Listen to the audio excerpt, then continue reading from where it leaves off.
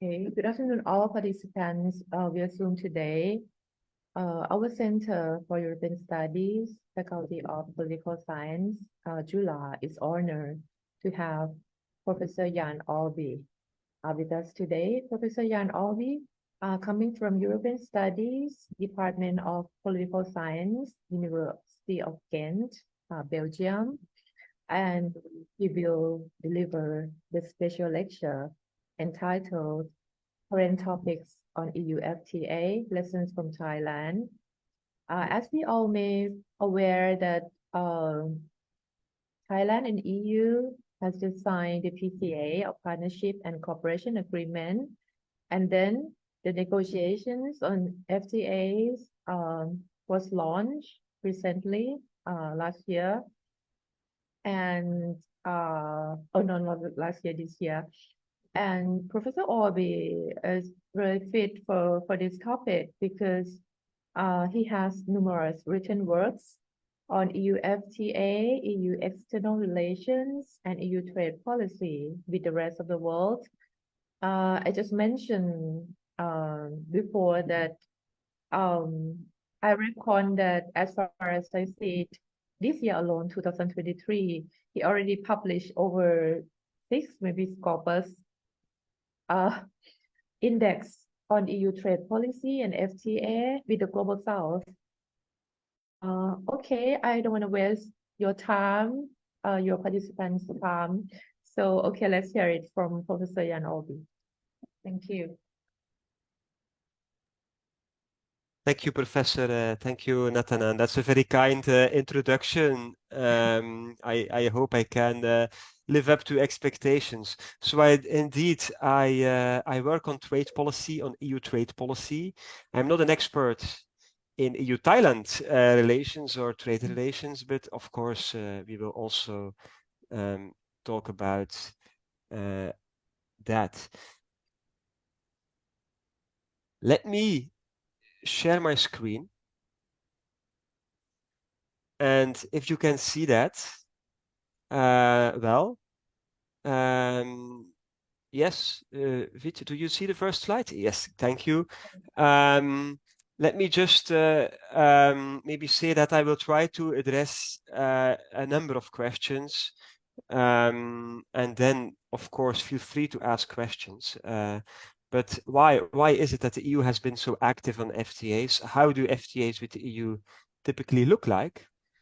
Why is it so difficult? Again, really, it's difficult. This week, we just learned that the FTA with Mercosur will probably not be concluded this week, contrary to earlier statements. And maybe, yes, we can also discuss what then are lessons for Thailand. And in that regard, maybe we can have a discussion, because I think some of you have much more expertise than me on the Thai political economy, right?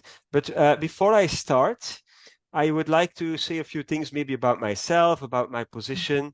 So I'm a professor at Ghent University. If you don't know Ghent, you have to come and visit. It's a very beautiful city in Belgium. It's between Brussels and Bruges. It's also very close to the EU, to the European Union institutions. But I have to perhaps give a number of warnings before I start, right? So first of all, my position is quite Eurocentric. I'm studying the EU policy and European Union decision making. I'm not very much an expert in Asia trade. And also I'm a political scientist. I'm not an economist. So I look mostly at the politics behind trade policy. But of course, we all know that politics and economics are very closely related. And also I study the EU. I live and work close to the EU institutions, but I'm not the lawyer of the EU. Of course, sometimes I'm also quite critical for EU policies. So that is also something that we can discuss. Voila. This is just by way of introduction. Now I would like to start with this general map. And every year we get an update of this map on the website of the European Commission. And every year you will see there are more colors. Because this map shows the state of play. of EU FTAs, EU trade agreements. And I think that this map shows very well how active the European Union has been in terms of promoting FTAs. So there is the red spots that you can see. I don't know if you can see if I'm moving with my mouse over the map. You can probably not see that, but there's an agreement with Canada, with Mexico, with Chile, with Colombia, Peru, then also, of course, with Vietnam, of course, also with Japan, with Korea, with Indonesia, with some African countries, with Ukraine, with the UK after Brexit, of course. There's a trade agreement with UK. And then the blue parts are ongoing negotiations or ongoing ratifications. Again, with China, there is an agreement, but it's put in the fridge. It's frozen for a while. With Mercosur, the same. We signed an agreement with Mercosur in 2019, but this is still pending.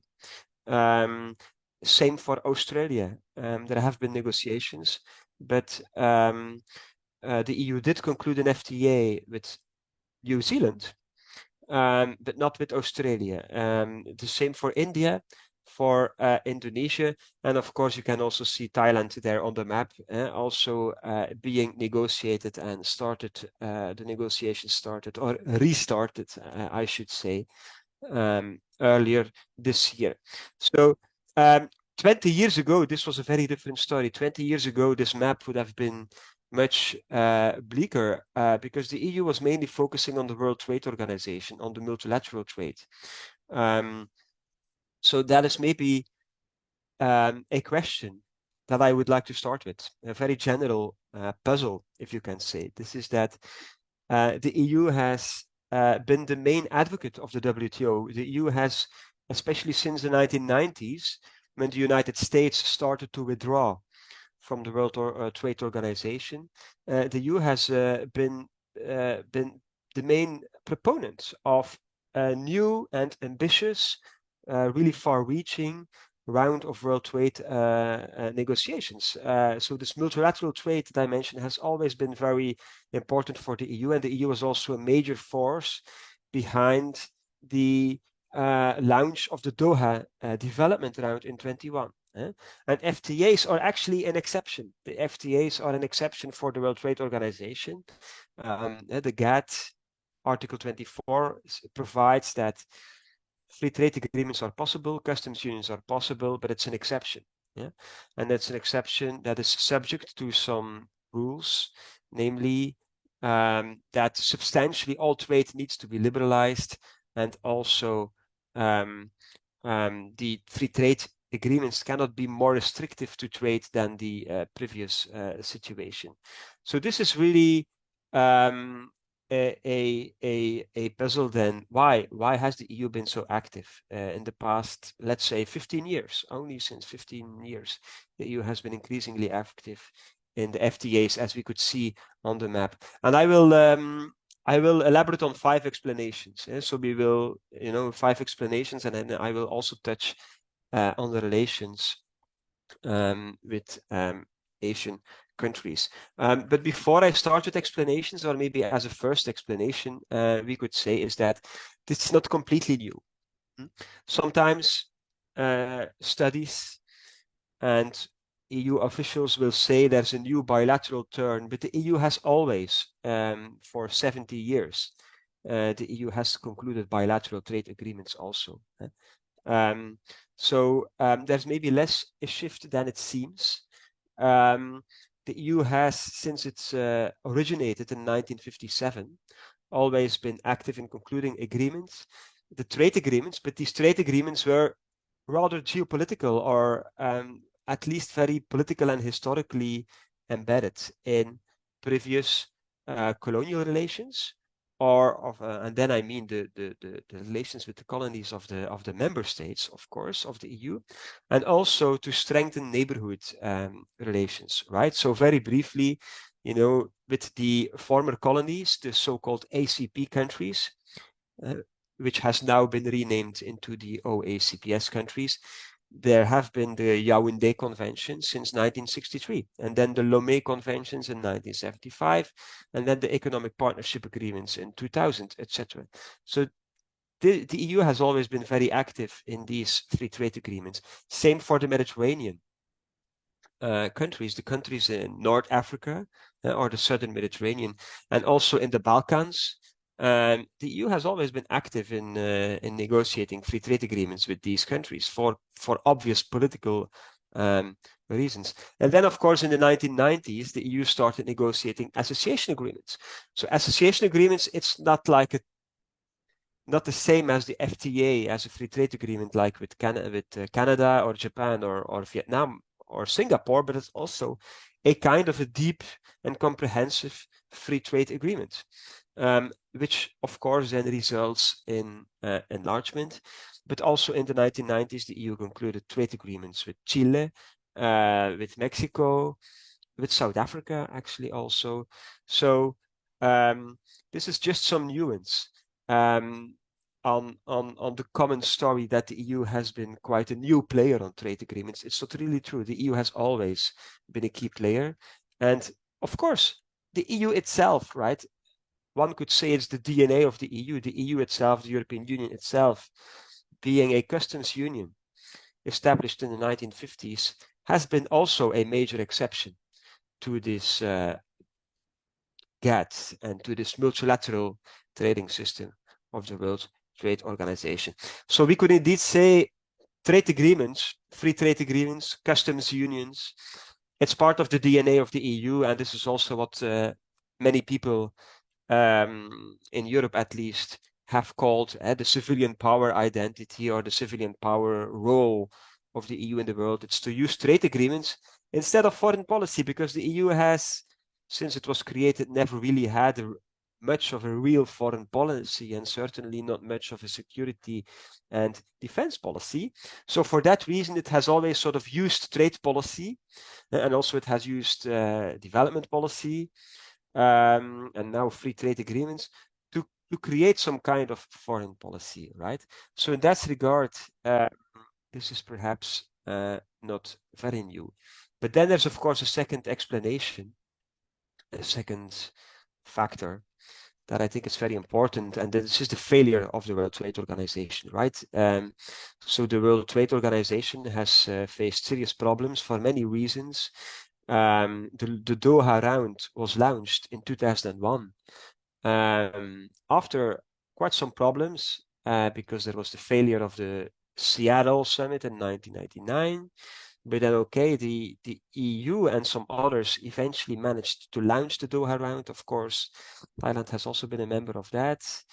And then the first big summit in 2003 in Cancun in Mexico did not go well. Also because some countries were saying, and especially some emerging economies like Brazil and India and China were saying, we don't necessarily want to still follow the EU-US compromise and the EU-US leadership. So you could see there's a new balance of power emerging there. The Hong Kong summit was also very limited. And since then, there has not been much progress. Again, for many reasons. There have, of course, been public protests against the WTO. But I don't think that these public protests are the main reason for the failure of the World Trade Organization. I think the new balance of power is a key here. The rise of the BRICS, and then also other countries that have become more assertive and more vocal. Also countries in Asia who have been growing. So there's sort of a new balance of power, which has made it more difficult for the WTO to create compromises and to create consensus. And then, of course, there's the role of the United States, which since the 1990s has become much more hesitant about free trade in general. And also, of course, then the Trump presidency has been quite harmful for the World Trade Organization, because President Trump, at the time, he basically blocked the dispute settlement system, right? In the WTO. But also I want to stress here that also the European Union is part of the reason why the Doha round, and the WTO have been facing so many difficulties from the beginning.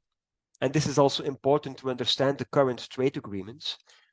From the beginning, the EU has been very ambitious and very demanding in terms of commitments in the WTO. The EU has been the key insistent on the so-called Singapore issues. The Singapore issues are basically about investment rules, competition rules, also trade facilitation rules. And then also the EU insisting on some environmental, social norms. Intellectual property has, of course, been an issue. So the EU has been the key advocate of a very comprehensive and a very ambitious round of the World Trade Organization.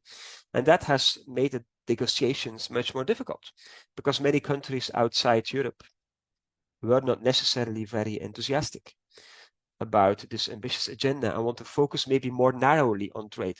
So of course you can see we have this discussion with the FTA, also with Thailand too. I mean, from the beginning, the EU has said very clearly it has to be an ambitious FTA or no FTA.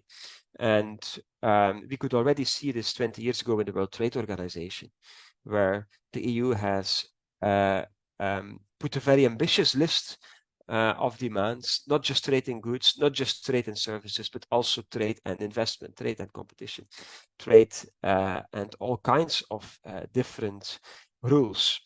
And then, of course, agriculture is much more sensitive. So FTAs were then seen as the second best option. In the beginning, in the 2000s at least, the EU was actually not enthusiastic about FTAs. The EU wanted to proceed with the World Trade Organization negotiations, but it realized that okay, maybe we have to go for the second best because the World Trade Organization is, for various reasons, not going very well. And this brings me to a third reason, which is very clear, of course. This is what we call competitive liberalization. Competitive liberalization means that there is competition between the EU and EU businesses on third markets. So if, for instance, Thailand concludes a free trade agreement with Australia, for instance, or with Korea, or with Vietnam, then of course there was the TPP. Then the EU risks being excluded from these markets, and EU businesses risk being excluded from third markets. So EU businesses have been lobbying since the 2000s quite heavily for the EU to also negotiate free trade agreements, because the United States was negotiating bilateral free trade agreements, China was negotiating bilateral free trade, many other countries also in Asia, also in South America, were negotiating free trade agreements, which risk excluding the export opportunities of European businesses. So you can see this very well, I think, on this figure, on this graph. You can see that already in the 90s, but especially in the 2000s, we see exponential rise. Since COVID, we know very well what an exponential rise is on a graph. So we see an exponential rise of free trade agreements about goods and also services. So this is not just the EU, this is a worldwide phenomenon. And also important is that many of these agreements are not just about goods, also about services, and also about many, many other things. So WTO plus agreements the plus means they go deeper than the WTO commitments. For instance, lower tariffs or more opening of services market like postal, telecommunication, construction, transport services. WTO X agreements mean that they involve topics that are not even addressed in the World Trade Organization, right? Like, for instance, labor rights, workers' rights, etc. So this is the context within which the EU also decided to go for more exports through free trade agreements. And then, of course, I should say the Euro crisis also played a role here. when the European Union was faced with the Euro crisis in 2008, 2009, growth was shrinking. So the EU was no longer growing. The economies were facing big problems. So one of the ideas was that the EU wants to grow through free trade agreements. So free trade agreements with big markets, especially with bigger markets, have to guarantee growth. And this was very much the philosophy behind the Global Europe Trade Strategy in 2006. So this Global Europe Trade Strategy in 2006 has really been a key turning point in EU trade relations. This is where the EU has officially decided to more or less abandon the World Trade Organization and to focus much more explicitly and to focus much more ambitiously on free trade agreements. It was elaborated by Peter Mandelson. You can see him on the picture here. You can see him smiling and very happy to present his trade strategy. Basically the logic is what you can see here on the slide. While our current bilateral agreements support our neighborhood and development objectives well, so here he's referring to the fact that the EU actually has a lot of bilateral agreements, but they are more towards the neighborhood and more political and more historical and more neo-colonial in a way. But then they are economically maybe less important. They don't concern the big emerging economies. They are not with Brazil, with Argentina, with China, with Indonesia, with South Africa, also not with Thailand. So we need to, as you can see, factor other issues and the wider role of trade policy in EU and external relations. In order for trade policy to help create jobs and drive growth, economic factors must play a primary role in the choice of future FTAs. So what the Global Europe strategy basically says is that now economics should become the primary motivation for FTA. Not so much politics, not so much history. So we have to conclude FTAs with countries that maybe have not been colonized or maybe that are not close to the neighborhood, that are economically important for the growth of the EU. And then you can see that worldwide, we see more trade agreements, we see deeper trade agreements, we see more comprehensive trade agreements covering also issues such as investment, competition, intellectual property rights, procurement, technical barriers to trade, sanitary, phytosanitary standards, competition, anti-dumping, etc., etc. So this is really the situation, the new situation. Of course, this is also very relevant for the trade agreement with Thailand, which also, I think, covers all these things. So this is really the wider context within which this happens. Also, about competitive liberalization, I would say that the EU mainly was playing this mirror chess game with the United States. So you can see in this column, but there are many more examples actually. If the United States concludes a free trade agreement, the EU follows. So the US, of course, have the NAFTA with Mexico, then the EU concludes a trade agreement with Mexico. The US concludes a free trade agreement with Chile, then the EU will also conclude a free trade agreement with Chile. With Singapore, I think also the United States was the first one to negotiate a free trade agreement with Singapore, then the EU will follow. So this is the dynamics of competitive liberalization, right? EU businesses wanting to be competitive on third markets.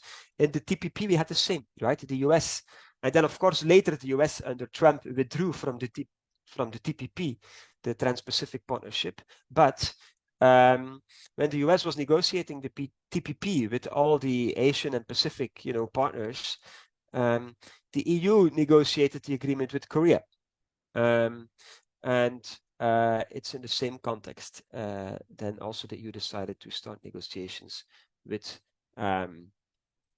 ASEAN. So the point here is that these trade agreements are very ambitious, very wide-ranging.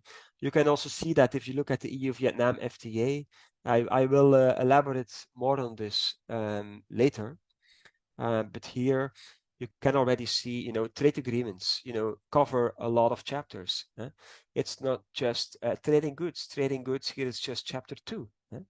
But then you have trade remedies, customs, technical barriers, sanitary barriers, non-tariff barriers, then investment, electronic commerce, There are more chapters. Government procurement has been very important for the EU. In Vietnam, for instance, ships,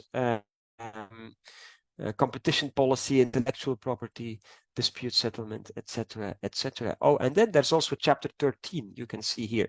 Chapter 13 is about sustainable development, trade and sustainable development. So I will talk a bit more about this trade and sustainable development chapter later, because this is a very, often it is a very contested one and a very difficult one also. But for the EU, and especially for the European Parliament, also a quite important one. There is one more thing I want to say about this competitive liberalization dynamic that I think is important, has been important for many countries in Southeast Asia, also for Thailand. This is that in the same context, the EU removed upper middle income countries like Thailand from the GSP, right? Now, I don't know how familiar you are with the GSP. That stands for the Generalized System of Preferences. And the Generalized System of Preferences has granted so-called developing countries a unilateral, non-reciprocal access to the European market since the 1970s. So countries like Thailand, also Indonesia, for many decades, they could export to the EU at lower tariffs under the GSP. But then in the 2010s, the EU decided to remove many of these countries from the GSP. So suddenly countries like Thailand were, as you can see here, for 27% of their exports, suddenly faced with MFN tariffs, with the higher tariffs, because most favored nations tariffs are the tariffs under the World Trade Organization, but they are actually the highest tariffs. So they used to export under GSP tariffs to the EU market. Suddenly they had to export under MFN tariffs, or at least there was that risk. And that was, of course, a major incentive to conclude FTAs. And it was also, research has shown, one of the motivations for the EU to reform the GSP. So one of the drivers for the EU to reform the GSP and to indeed make it more exclusive and to indeed remove countries like Thailand from the GSP was to allow for, was to stimulate the negotiation of FTAs. Because FTAs are reciprocal, so of course the EU has more to gain from FTAs commercially and also politically than from GSP. Because FTAs provide reciprocal market access, which means that also the EU access to the Thai market, for instance, will increase. And that was a major driver behind the start of the negotiations with Thailand in 2013. But then, of course, as you know, then later these negotiations were suspended because of the political situation, and now they have been resumed. There's a fourth factor, and I'm referring here to a book, Why Europe Will Rule the 21st Century. This book came out in the early 2000s, and in that context of the early 2000s, there was a very strong belief in the EU, at least, and maybe only in the EU, I don't know, that, there's something like an EU model. And this EU model has two dimensions. And it means that the EU can be very successful internationally without having a security or defense or real foreign policy. Because the EU is a model, first of all, of regional integration. So one driver behind the EU thinking, the EU philosophy, you could say, in Brussels, is this regionalism model. And this idea that the EU is a model of regional integration and that can be exported also through free trade agreements. So indeed, the EU has also used free trade agreements to promote regionalism outside Europe. And originally, in the 2000s, the philosophy of the EU was, okay, we shift from multilateral trade from the WTO to bilateral trade agreements, but these bilateral trade agreements have to be ideally regional, bi-regional, or region-to-region agreements, right? So of course you know that ASEAN was one of the ideas. So this has not been very successful.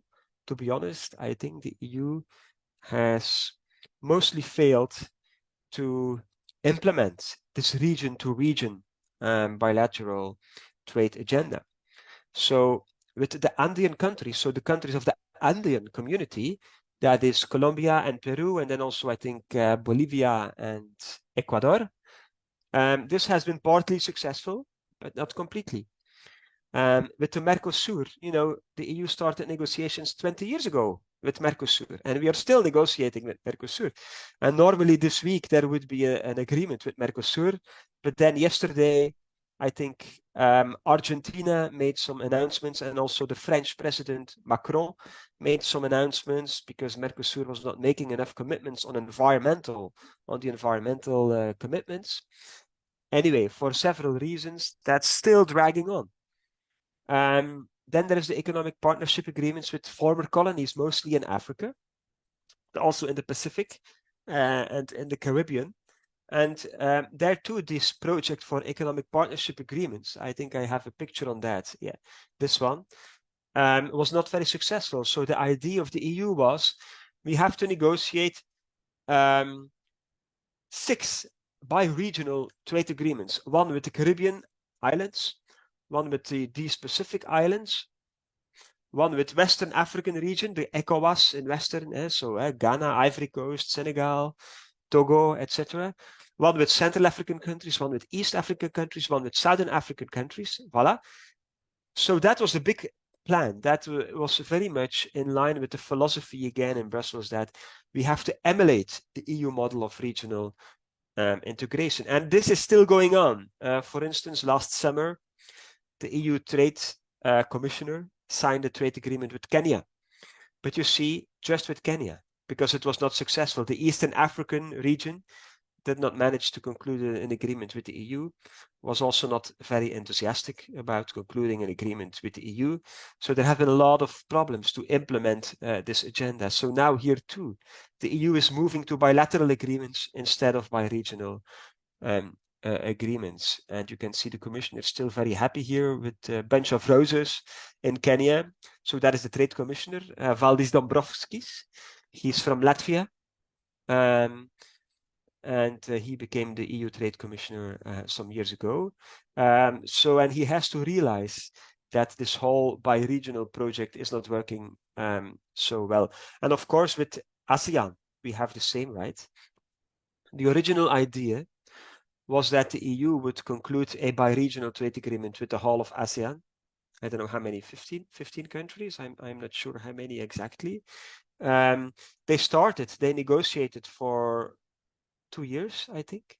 They were negotiating with ASEAN, but that failed again for several reasons. But it did not work out. But here you can see this global Europe idea, and you can see that Peter Mandelson is already looking a bit less happy on this picture than before. You know, was that we have to not only focus on the large markets, as I said earlier, on the big markets to help the EU economy to grow, but we also have to have this bi-regional agreements. So the ASEAN is, of course, a very important trading partner of the EU. It's very, very, very, you know, it's the EU's 3rd largest trading partner, or at least it was at the time. In the mid-2000s, negotiations with ASEAN were launched in 2007, and of course, as you know, that failed. And in 2009, the EU stopped negotiating with ASEAN. Why was that? I think maybe some of you know better about the dynamics within ASEAN than me, but of course, it is very clear that within ASEAN there were huge divergences, right? With some least developed countries. And then also some more developed countries within ASEAN. Also, there were very different political systems and political disagreements. And Myanmar was a very sensitive topic there. The EU was actually sanctioning Burma and Myanmar. So it was very hard economically and also politically. So we could see something similar here also with the African regions. It was very difficult to implement this because some of these countries were least developed country, LDC. Others were more developed countries. They had to create regions, but it was very hard to actually have these bi-regional, and maybe that plan was simply too ambitious, and maybe it was also a bit naive, that whole idea that the EU model could be sort of copied and exported was maybe not the way to go. So the negotiations with ASEAN failed, and then the EU started negotiating with Singapore. That was successful. It also negotiated with Vietnam. That was successful. You know, it took 4 years in the case of Singapore. It took 3 years in the case of Vietnam, which is exceptionally fast. It is quite surprising, actually, that the EU-Vietnam negotiations went so fast. So we can wonder why. And later, I think I will try to give some explanations, and maybe we can also draw lessons also for Thailand from this. Why the Vietnam negotiations were completed in 3 years' time. This is really soon. I think the TPP plays a role here also, the TPP, and also there was not so much contestation within Europe about the Vietnam. But negotiations with Malaysia were very difficult. They are put on hold. The negotiations with Indonesia also are very difficult. Negotiations with the Philippines, and then of course the negotiations with Thailand were also difficult. They were also stopped at some point, but at least they were put on hold, and now they have been resumed, I think, in March of this year. And I think in September we had a first negotiation round in Brussels, and I think in January the EU commissioner and the EU officials are coming to Bangkok to negotiate further with the EU-Thailand FTA. So for the EU, at least, I don't know for the Southeast Asian countries, but at least for the EU, the stated goal, the ambition, is still to have this wide EU-ASEAN Free Trade Agreement. So it still considers the EU agreement with Vietnam, Singapore, Thailand, and others as a stepping stone towards regionalism, right? So why has this agenda been so difficult? I think I have touched on several explanations why this bi-regional agenda has been so difficult, and maybe also a little bit naive. And in the meantime, the United States and also China and also other countries, they were just negotiating bilateral free trade agreements. So the EU was losing its competitiveness on third markets. So also businesses within the EU have been lobbying to abandon this bi-regional agenda. There's a second dimension to this European idea that we have to export this European model, and that's about sustainable development and also civil society. Now, since the 2000s, very clearly the EU has claimed to be a big advocate of multilateral norms, such as environmental norms, sustainable development norms, also labor norms, and the EU also wants to integrate this in its trade relations for different reasons.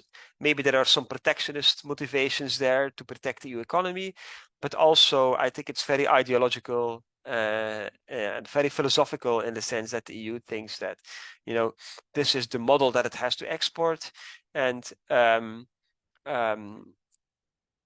there's also the fact that trade agreements need to be legitimized to the public. So for the public in Europe, for civil society in Europe, and especially in Western Europe, you know, it has been very important to have the sustainable development dimension. We need this chapter. We need, I think, in Europe, the sustainable development chapter in order to legitimize trade agreements in the parliaments, right? And with public opinion.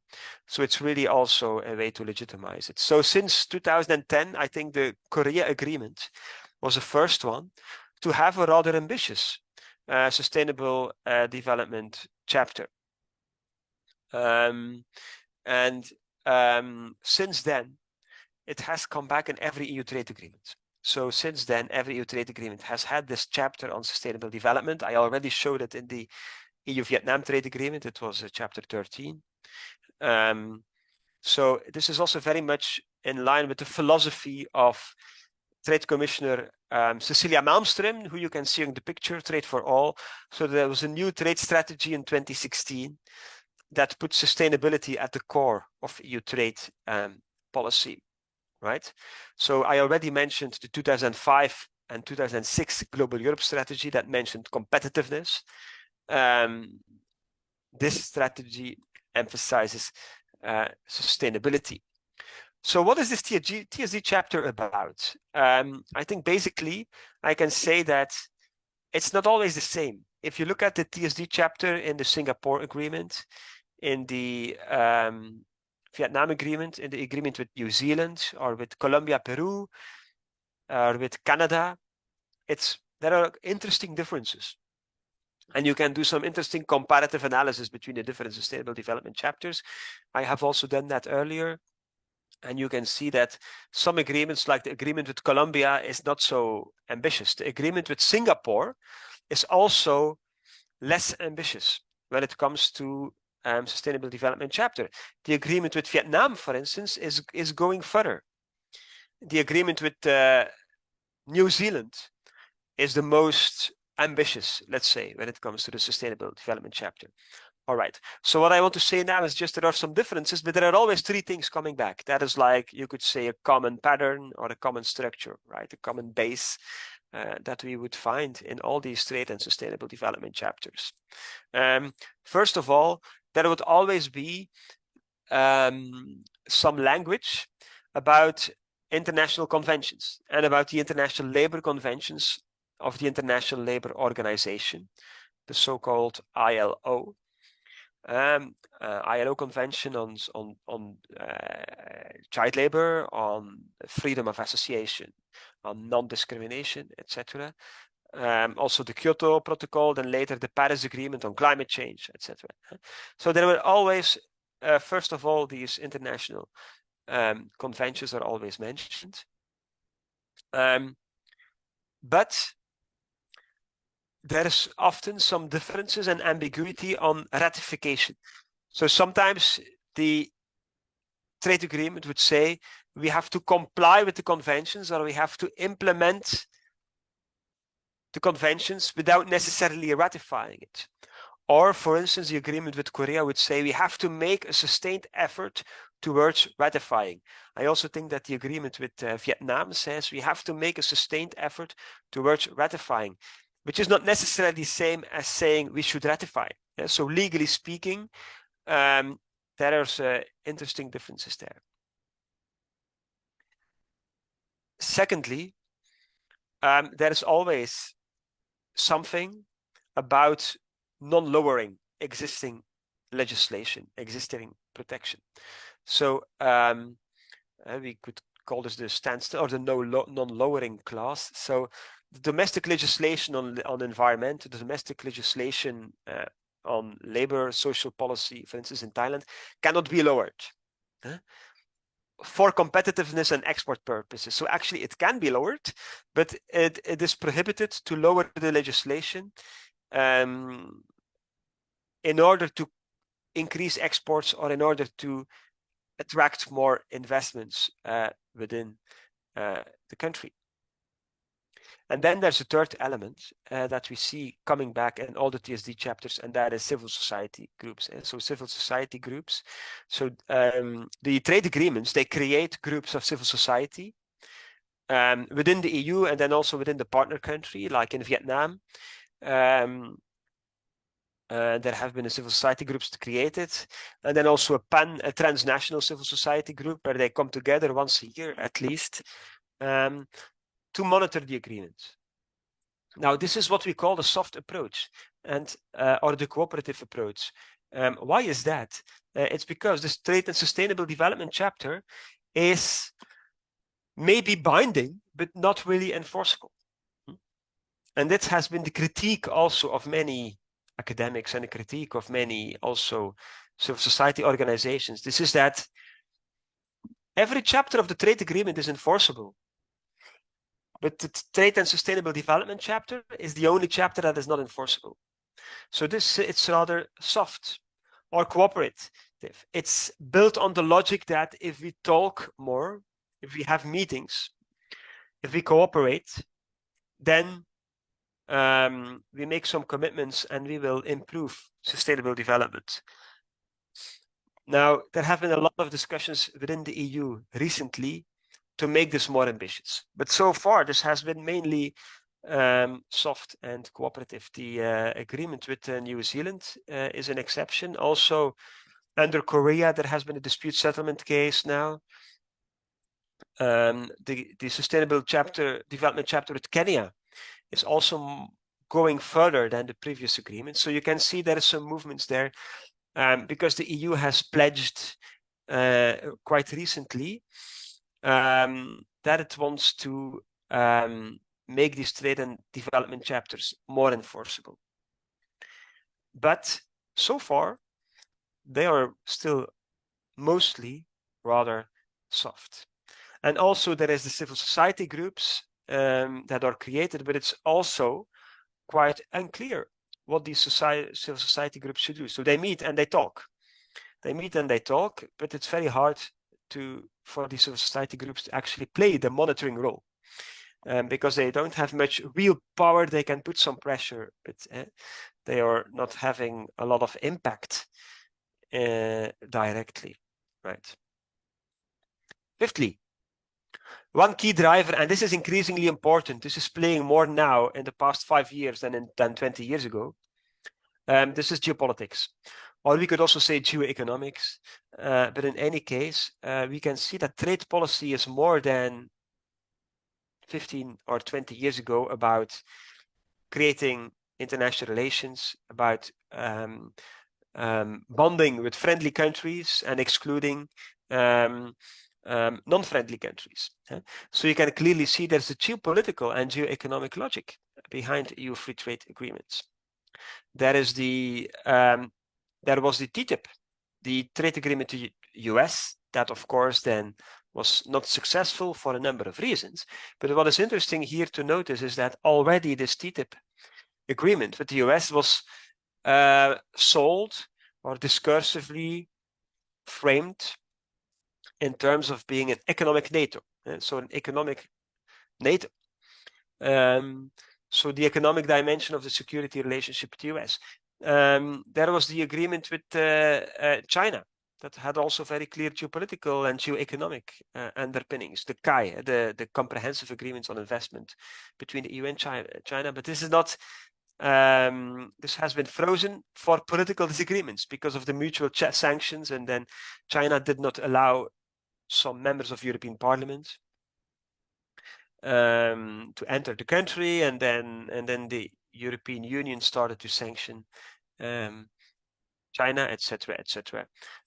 Also, the Ukraine trade agreement, the DCFTA, which stands for the Deep and Comprehensive Free Trade Agreement with Ukraine, it has a geopolitical dimension. I think it's hard to deny that this is not just a trade agreement. Just like the TTIP with the US and just like the CAI with China, there are deep geopolitical and geoeconomic dimensions to this trade agreement.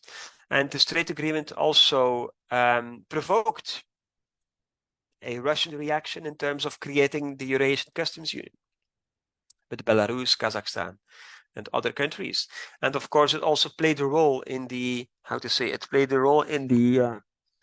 in the rising of the conflict between Russia and Ukraine, that then eventually became the Russian war in Ukraine.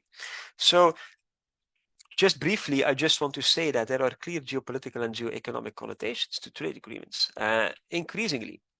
There is this recent book by two colleagues of mine, Adriaansen, Posnikov, about the geoeconomic turn in trade policy, and they focus on the Asia Pacific. And I think they show very well how geoeconomics has risen in EU trade relations. And of course, this has many reasons. You know, there's the rise of China. There's the COVID-19 that has shown the vulnerability of some European economic sectors. There's the Russian invasion in Ukraine. Within the EU, we can see a new kind of discourse, a new kind of strategies. So now trade policy is not only about competitiveness and not only about sustainability, but increasingly about geopolitics, and about what the EU calls, for instance, strategic autonomy. Open strategic autonomy. Since 2011, open strategic autonomy has been the key driver, the key term for EU trade policy. Economic security. Earlier this year, the European Commission, as you can see on the picture, unveiled its economic security strategy. So there is talk about friendly shoring, about delinking. Of course, much of this has to do with China, to be honest. Much of it has to do with the fear for the economic power of China, and also with the need to purchase critical raw materials and the competition for critical raw materials in several countries that are important also for our businesses and also for the green transition. So this is very complicated geopolitical picture that 10 years ago, I wrote an economic article to say, that Europe's trade policy is quite detached from foreign policy. And then 10 years ago, 15 years ago, indeed, we would have EU trade policy and then we would have foreign policy, and they would be quite detached from each other. That's no longer the case. It's increasingly clear that trade policy and foreign policy are part and parcel of the same dynamic. And of course, this links with the European Commission's and Commissioner von der Leyen's ambition to be a geopolitical commission.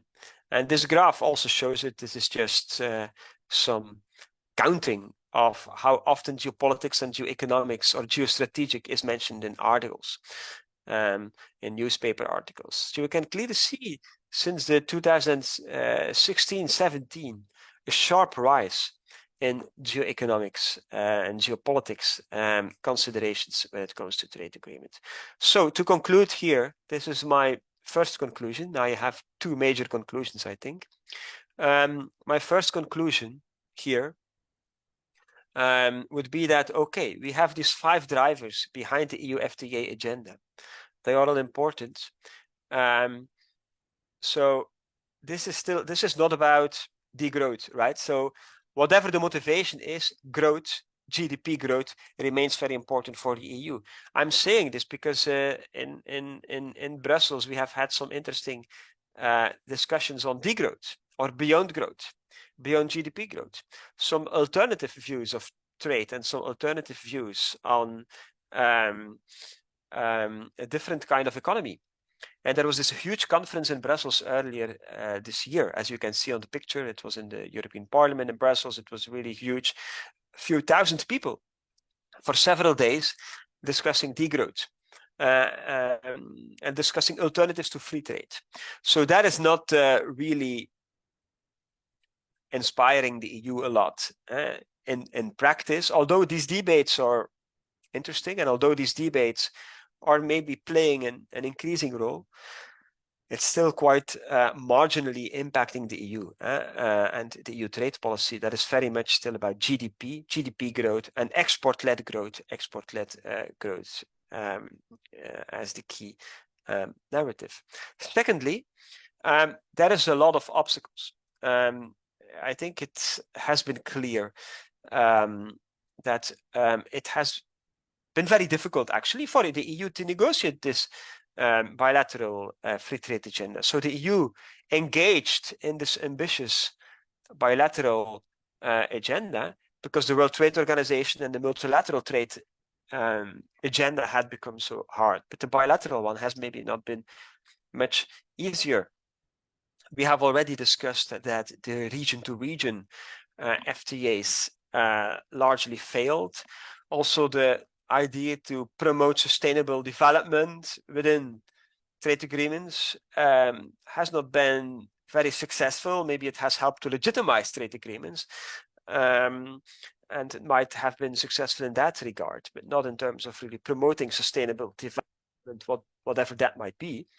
And also TTIP, Mercosur, the negotiations with India also have been dragging on for many, many years. And negotiations now are, negotiators now are again more optimistic, but it's very unclear if there will eventually be an agreement. The negotiations with Australia have also now been temporarily suspended, at least. So the Australian side is no longer happy with the concessions or the limited concessions of the EU. So there are many reasons. Public protests, public opinion is certainly one. Economic interests that don't always converge.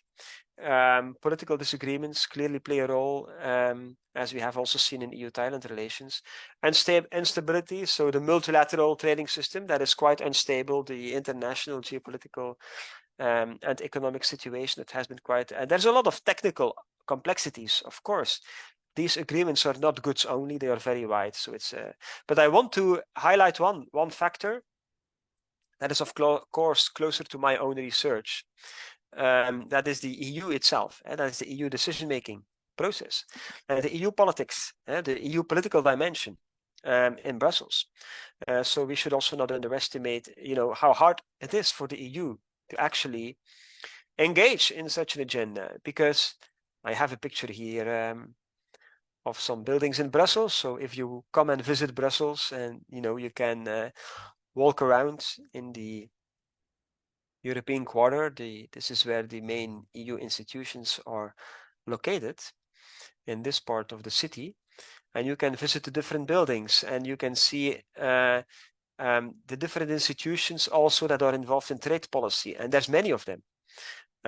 First of all, of course, there's the Commission, located in the Berlaymont building, and DG Trade, which is more or less next door. So there's a commissioner playing a leading role, negotiating in the name of the EU.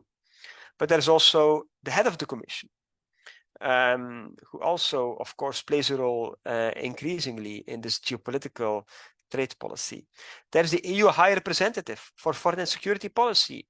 He is also a member of the Commission, but he is double-hatted. He has two hats. So on the one hand, he's a member of the European Commission and vice president, but on the other hand, he's also the head of the External Action Service of the EU. So the EU External Action Service, that is also, the building can also be seen on the left bottom side of the picture.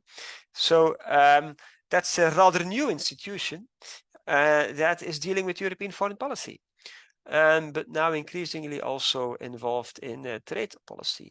Then there's the Council, basically the member states. The member states, they don't negotiate, right? In Brussels in September, and also next January in Bangkok, it will be the commissioner who negotiates, but there is always the member state representatives in the backside, or in the room next door, so to say. You will always have 27 member state representatives, experts, gathered within the so-called Trade Policy Committee. They are a little bit shielded, they are not so visible, but they play a role. So the European Trade Commission negotiates for the EU, but the Trade Commissioner will always sort of check and feed back to the member states' representatives. And some member state, like France, of course, they really play a major role here. And then last but not least, really not least, because I think this has been very important also for the conclusion of the Vietnam Agreement, the European Parliament. So the European Parliament has also been a very important player. Since the Lisbon Treaty, since the Treaty of Lisbon in 2009, the European Parliament has more power in trade policy, and we have seen that the European Parliament is willing to use its power. It can block trade agreements. If the European Parliament is not content, is not happy with a trade agreement, then it may obstruct its ratification. So trade agreements have to be ratified by the European Parliament. The European Parliament also gives some guidelines or tries to influence the negotiation process. And the European Parliament has played a key role in some of the EU trade agreements. Not so much with Singapore, interestingly. The European Parliament was not so interested in the EU trade agreement with Singapore, which is maybe one of the reasons why the Sustainable Development chapter with Singapore is not so far-reaching. But the European Parliament has been very engaged in some other trade agreements, like with Mercosur, or also with Vietnam. Now, it's even more complicated than this, because not only does the European Parliament needs to ratify trade agreements, sometimes when we have mixed agreements in legal terms, that means agreements that also have commitments that touch on member state competences and that are strictly speaking not EU competences, then also the EU member states need to ratify each trade agreement. 27 member states, and within Belgium you even have 6 parliaments. So you have the Flemish parliament, you have a Brussels parliament, the French-speaking parliament, etc., etc. So all these European parliaments also need to ratify. Now, there has been a lot of legal discussion on this, to be honest. There has been a lot of legal discussion, actually also on the occasion of the Singapore Agreement. That was a mixed agreement, because there were also some investment provisions in the Singapore Agreement. There was a lot of discussion on the competences, on the ratification, which led to a case before the European Court of Justice. So that's another institution that is not located in Brussels. The European Court of Justice is, of course, located in Luxembourg. But the European Court of Justice has also played a key role in some EU trade discussions. So I have focused a lot on obstacles now and on trade agreements that have been less successful, but of course there are some more successful trade agreements in the sense that they have been concluded, at least, and we can also draw some lessons from that. You know, the agreement with Canada, with Korea, with Chile, with New Zealand. The one with Chile has been renewed earlier this year, with also Japan, Singapore, and Vietnam. I think those typically have a number of features in common. First of all, they have been less contested by civil society and by parliaments. Yeah. So, you know, civil society in Europe and also the parliaments, the European Parliament, but also the national parliaments in Europe have been quite sensitive for sustainability and also human rights issues, at least in some contexts. So with Mercosur, the environment, the Amazon, the deforestation, also the violation of human rights, also towards indigenous communities, has been an important point of discussion. Of course, protectionist interest groups, that also depends. That has played a role in some of the discussions with Mercosur, also in the TTIP, also with Australia. This is playing a role. Then the geopolitical sensitivity. Japan was geopolitically less sensitive. Singapore was geopolitically, and also Vietnam was politically less sensitive than some than China, India, or United States, for instance, and also Brazil. And then you could see that in terms of geopolitical balancing, the agreement with Vietnam was actually interesting for the EU and also interesting for Vietnam because it allowed the EU to balance its international relations. So these are a number of lessons, I think. These are a number of factors that are playing, and that can explain why some agreements have been more successful and why some others have been less successful.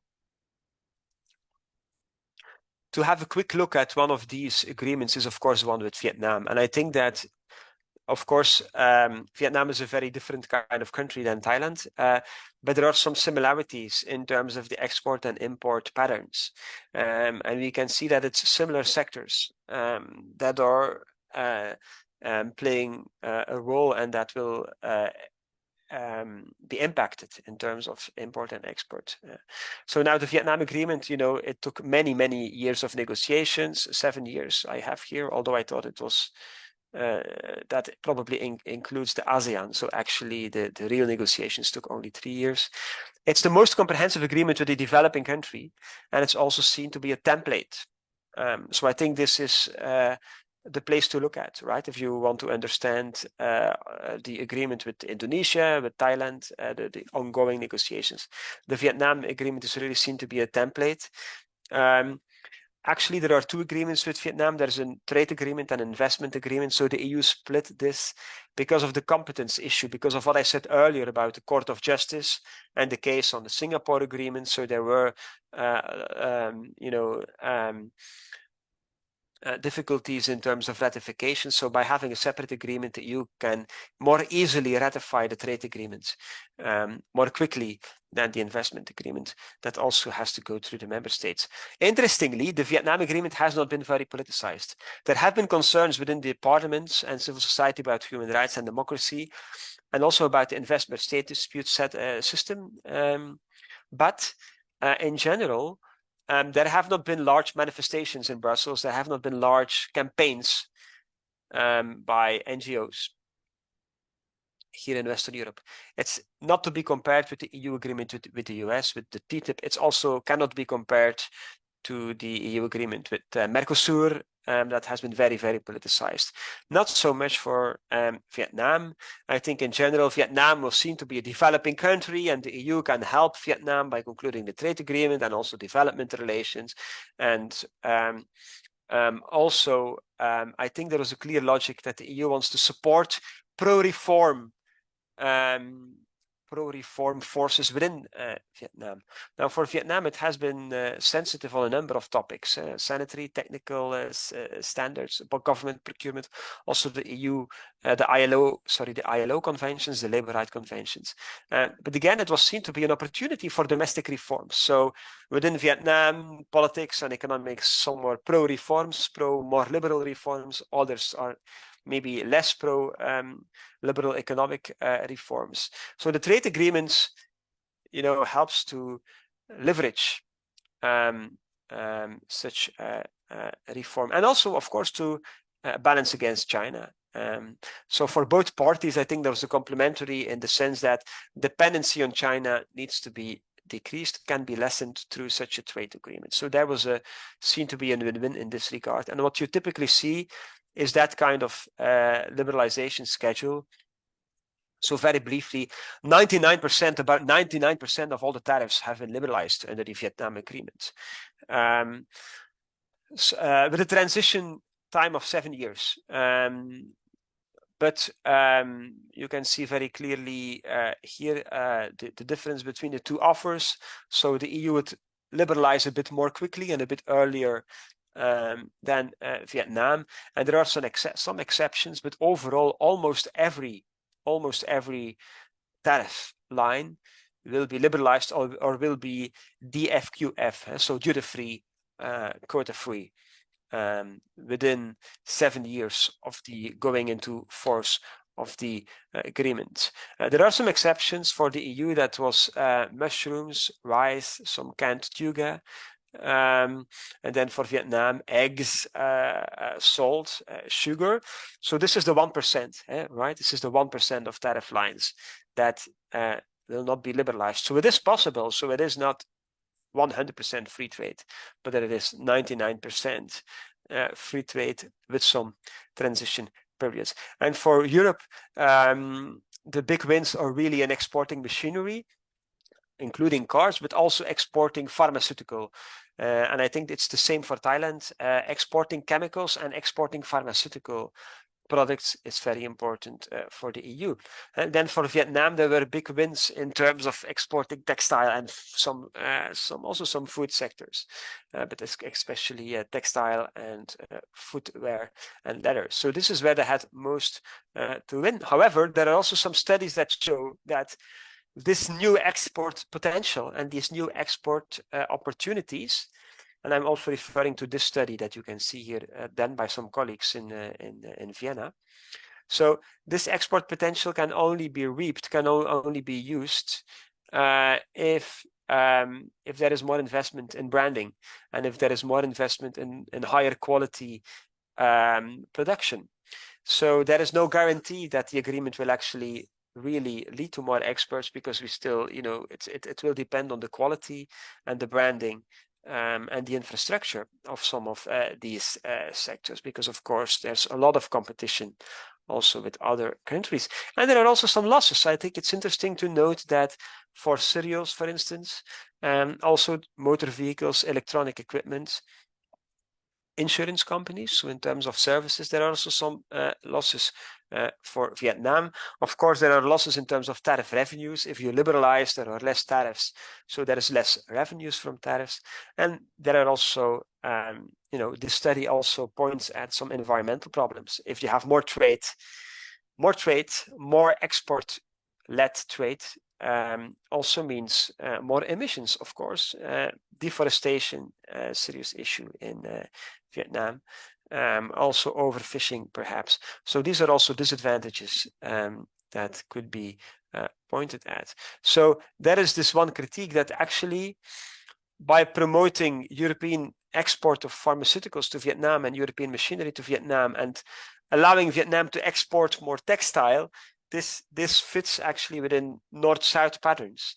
North-South patterns that seem more colonial than maybe really modern. So that has certainly been a critique. Apart from that, in terms of services, the Vietnam Agreement gives more access to postal services, insurance, transport services in Vietnam. There are rules of origin. I'm just trying to show the breadth of these trade agreements, right? They are relatively strict. So Vietnamese products are allowed to accumulate with Korea, for instance, and with Singapore also, by the way, because the EU already has a free trade agreement with Korea and Singapore. So apparel or textile that has been partly processed in Korea and, for instance, can be exported easily to the EU, but not if it comes from China. So the rules of origins are quite restrictive in that regard. There are non-tariff barriers, for instance, on the testing of cars, the testing of European cars, and the EU exports cars to the Vietnamese market. They don't have to undergo very burdensome testing procedures. That was also, by the way, a major thing in the EU-Korea agreement. There are some other standards that have to be applied by Vietnam. Customs procedures had to be harmonized, simplified. Some other standards. It should be stressed that this has put quite a high cost on Vietnamese, also governance system, because the compliance with all this has to be guaranteed. So it requires some state capacity, trade remedies, public procurement for the EU in Vietnam, and not just at national level, but also at regional level. But this has come with a large transition period investment. So 21 member states had a bilateral investment treaty with Vietnam. So now this has been sort of Europeanized, so to say. So now we have one investment regime with Vietnam instead of 21 different investment regimes. So the Vietnamese government has to treat European investors in the same way as local or domestic investors. So the domestic treatment and also most favored nations requirements in sectors such as construction or food and beverages. There's also this tribunal. There is competition rules, sustainable development. Interestingly, there's a commitment to make efforts towards ratifying, to make continued and sustained efforts towards ratifying. So there's not, legally speaking, not a very strict obligation to ratify the fundamental ILO conventions, but one has to do a serious effort, and of course not weakening the current levels of protection, as I have already said. Intellectual property and geographical indications. This has been very important for the EU. Maybe I should stress for the EU, every new trade agreement has geographical indications, the GIs. And for many economic sectors, actors within the EU, this has become a key demand.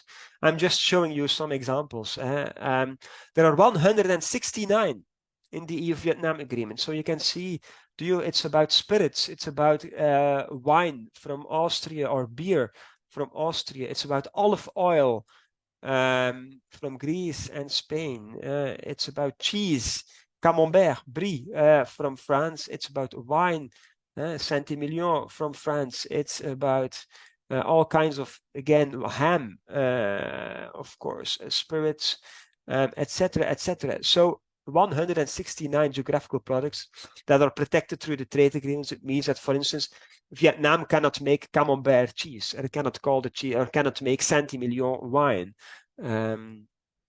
Etc., etc. From the Vietnamese side, there were much less, but also Vietnam included some of these geographical indications in the trade agreement. Honey, as you could see, lychees, other kinds of fruits, also several brands of rice. Well, you can see some pictures. So this is also typically part of such a trade agreement. And it leads to the establishment of lots of geographical indications here within Vietnam. Vietnam did ratify one of the ILO conventions in order to comply with the EU Free Trade Agreement, but to be honest, also this was already pressure from the TPP earlier, and the civil society meetings have started. So last week or 2 weeks ago, no, last week there was a meeting. I think it was online between civil society in Vietnam and civil society in Europe, and they together met to discuss the sustainable development dimension of the free trade agreement. So in conclusion, there are many drivers, but also many obstacles behind EU free trade agreements. Usually the negotiations take longer than foreseen, and they have been most successful when there are mutual economic interests, when there's some geopolitical or geoeconomic balancing possible through the trade agreement, when public contestation has been relatively limited, and more specifically also when the European Parliament has is happy and agrees with the trade agreement. And more specifically, I forgot to say, there's the International Trade Committee from the European Parliament that I think will visit Thailand soon in the next weeks or months. So this International Trade Committee of the European Parliament has been really a powerful actor in these trade agreements. So, okay, this has been, I think, a bit more than 1 hour. So I hope it has been interesting. I will stop here, but I'm very happy to discuss further or answer questions, or also to hear your thoughts on this topic. Thank you. Thank you very much, Professor Orbie. Professor Orbie did prep us with the how, I mean, in the past we are under the Doha route, and the Doha route was quite frozen, and then we changing from WTO, Global Trade Liberalization, to the FTA. And then Professor Orbie did outline that the EU follow suits of the US on the kind of geographical interest and the region to region, but eventually the region to region was proved to be not really successful. And then this region to region FTA negotiations need to divert to region to state, in which we did have EU Vietnam, EU Singapore instead of EU ASEAN. And now EU Thailand FTA negotiations are processing now. So lesson from Thailand, I see quite positive than I thought. Less controversial, less politicized, right?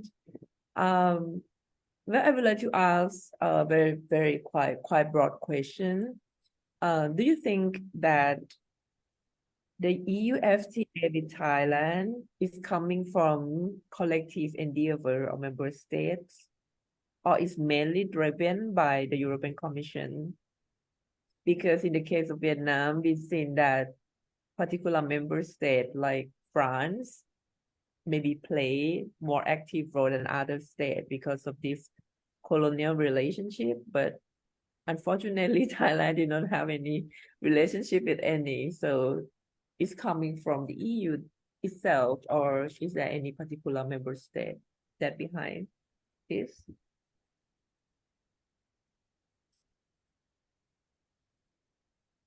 Thank you for this question. I think it's a really very good question. As far as I know, you are right in that the negotiations with Vietnam were also very important for some member states, at least for the UK and for France for sure, and for France, of course, there is a very clear historical background.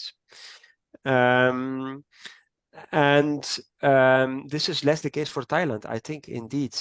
I have not noticed in my research any particular member state that is pressing specifically for a trade agreement with Thailand. And I think, indeed, this is very much Commission steered and EU steered.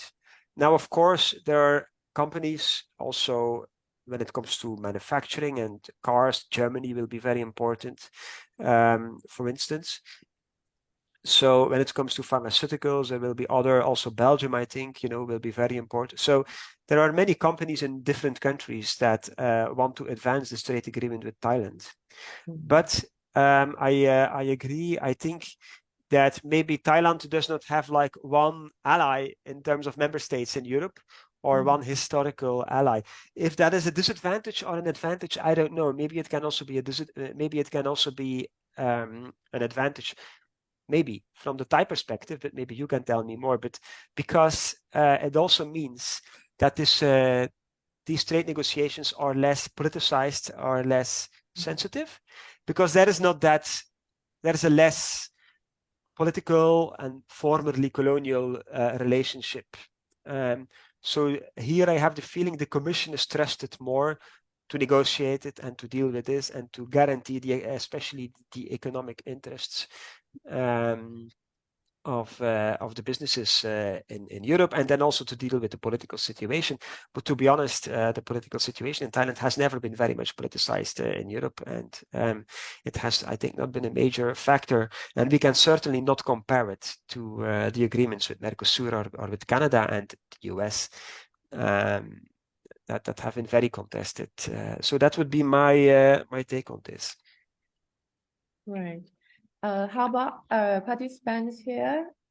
Is there any questions, or do you want Professor to elaborate some point further? Please feel free.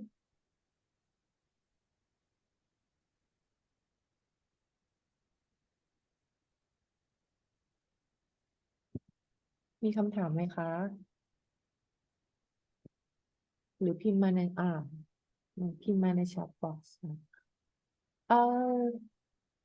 The question from คุณ Larissa นะคะ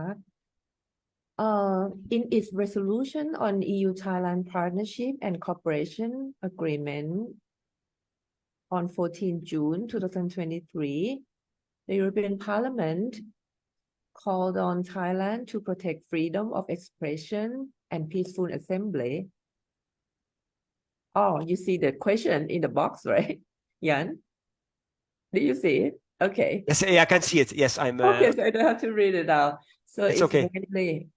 It's mainly on the political aspects of Thailand that, about the freedom of expression, less democratic law. What role do you think that this FTA is going to promote human rights? Yeah. So it's hard to say. You have to ask when the European Parliament will visit Thailand, and the INTA committee, the International Trade Committee. You'd have to ask the chair. The chair is Bernd Lange. He's a German member of parliament, and he plays a very important role in this regard. I think also in Vietnam, he visited Vietnam several times. He also played a very important role there. So I think the European Parliament will insist on democracy and freedom of expression. And the European Parliament will find it important that from the side of Thailand, I think there are some commitments made or some guarantees given. But we have also seen in the past that the European Parliament can be a little bit flexible. So the European Parliament will also be more lenient if the circumstances allow. For instance, when it came to Singapore, the commercial interests with Singapore were so high that the European Parliament was, to be honest, less demanding in terms of political rights.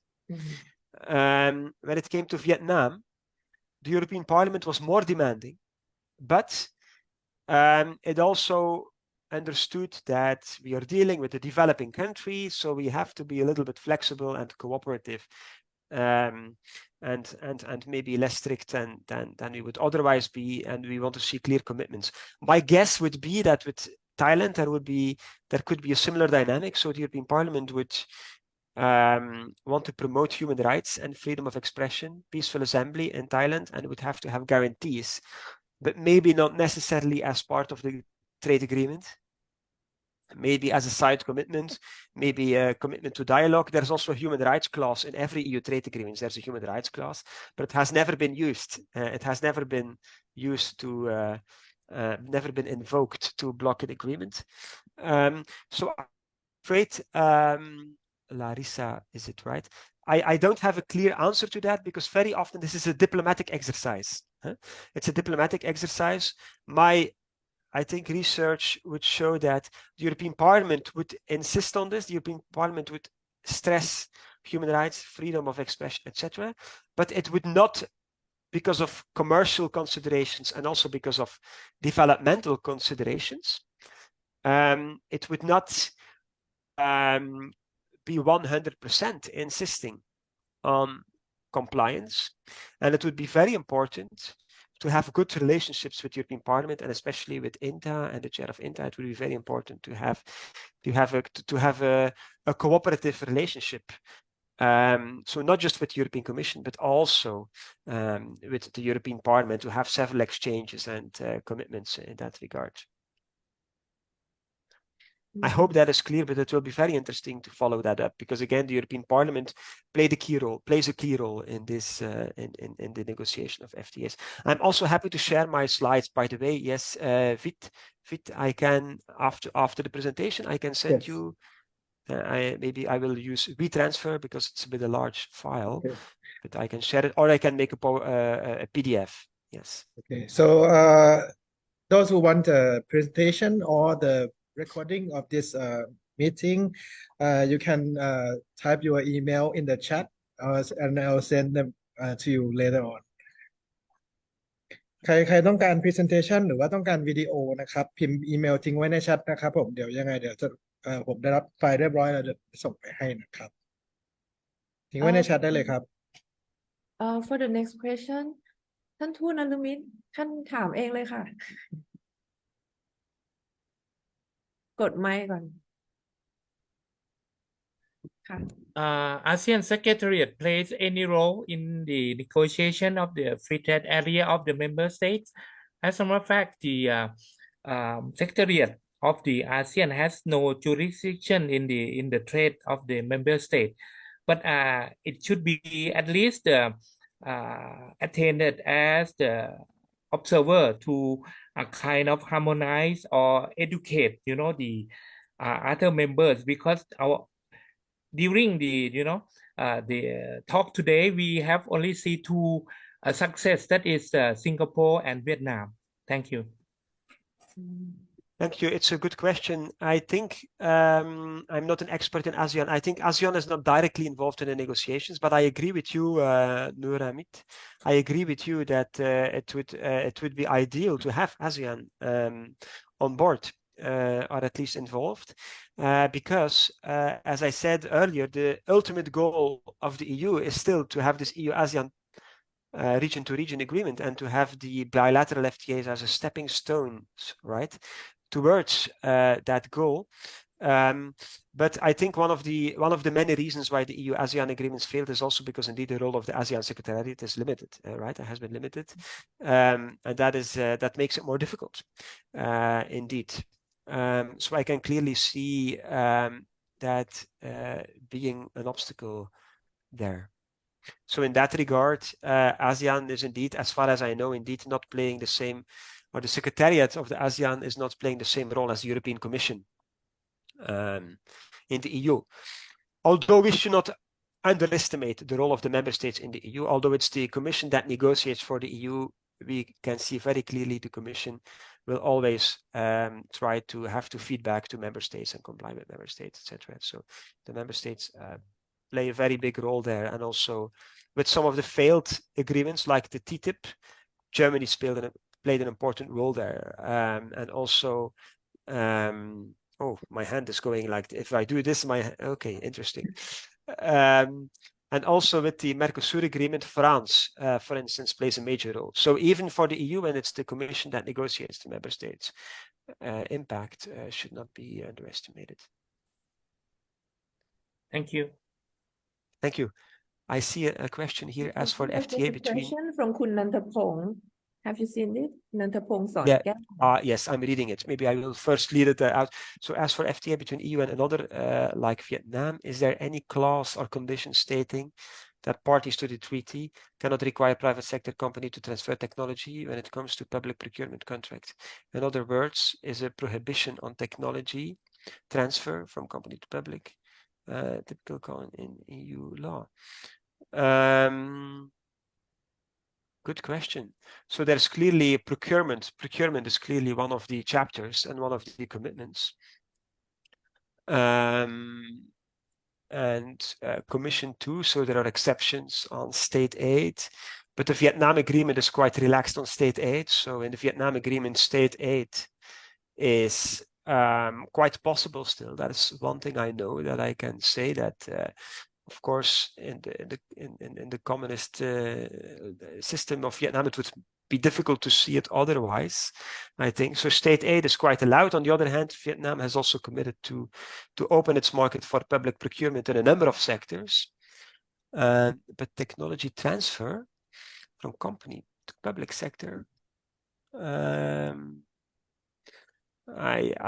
have never heard that this would not be allowed. So my guess would be that this is allowed, Nantapong, but I'm not sure.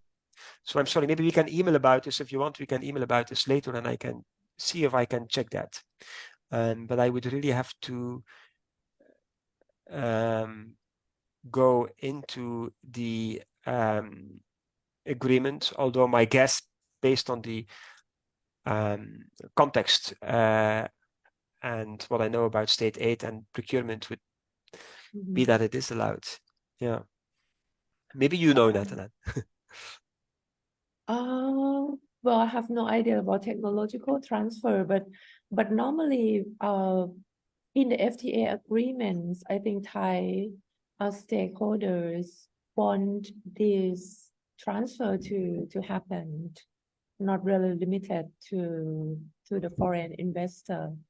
Yeah, but the question is between private company to public sector. This one is quite complicated. I do not sure.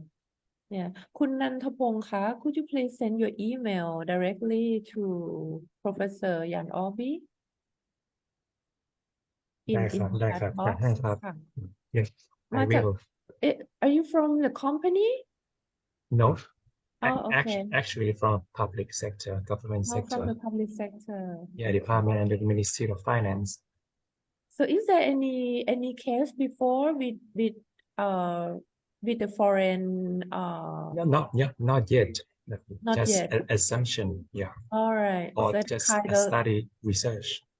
so it's kind of precaution, right? Or worry. Kind of. Okay. ขอบคุณครับ Thank you. โอเคค่ะ Is there any more comments or question? You can switch on your microphone and ask, or you type in the chat box.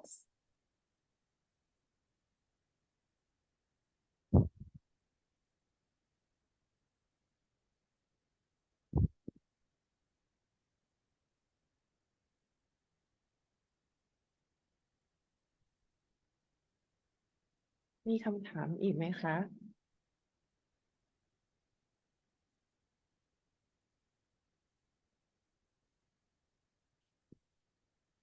Well, let me. Okay, there were two one you more, mentioned. ครับอาจารย์ มีไหม Yes. Okay. So the question is, are there concerns that the FTA might contribute to economic dependency, particularly for smaller economies, and could it lead to a situation where countries become overly indebted or reliant on specific industries? Yes, I think especially for the smaller countries, this is a big concern, actually. And I think this is the reason why the whole project of economic partnership agreements with the ACP countries, and mainly African countries, has mostly failed because of this concern. Since colonial times, we have seen this pattern where countries in the south, they export raw materials and export foods, and then the European countries, they would produce a higher value added products. So that sort of division of labor in the world trading system has been reinforced through trade agreements, and especially when we are dealing with smaller countries, there has been that concern. But I think there's a bit but. There has also been the consideration that trade agreements can balance interdependencies or balance dependencies, for instance, by decreasing dependency on China or on the EU, for instance. So we have seen that agreements with Australia, with China, with New Zealand, and Asia, and all have decreased dependency on the EU, on China.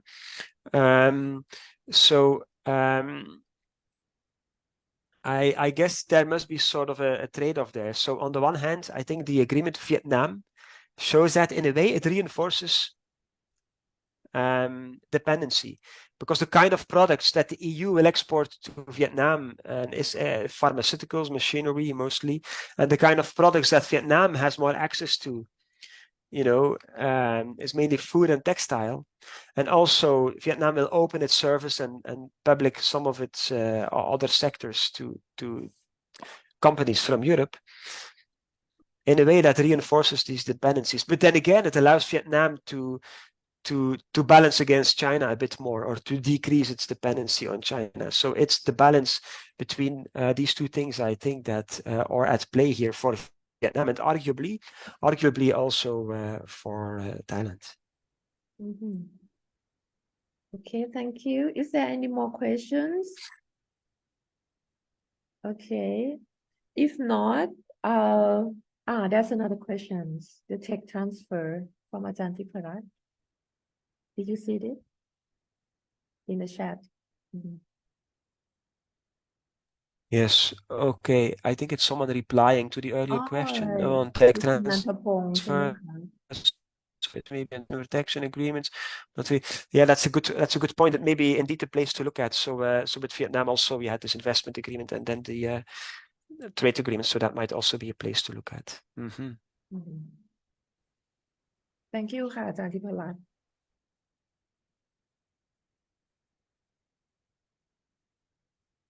Okay, if no more questions, Jan, I'm looking forward to read your papers on EU FTA with any particular ASEAN in the near future. And thank you so much for coming via Zoom and give us a very comprehensive, informative on FTA agreements for the EU with the rest of the world. Thank you so much. Thank you, Nathanan. It has been a Professor. pleasure. It has been a pleasure. It has been very interesting for me to elaborate on this a bit more. I have learned a lot also from your questions. I'm learning more about the the issues that are playing and the interesting dynamics. So I look forward also to further researching this and to also seeing how the EU-Thailand Free Trade Agreement will be evolving eventually. Yeah. Sure. Thank you for the very kind invitation. Thank you so And much. Okay. yes. We see you in the next event. Okay. All right. Thank you. See you in Ghent, perhaps. Yes. ขอบคุณครับ Okay, ค่ะ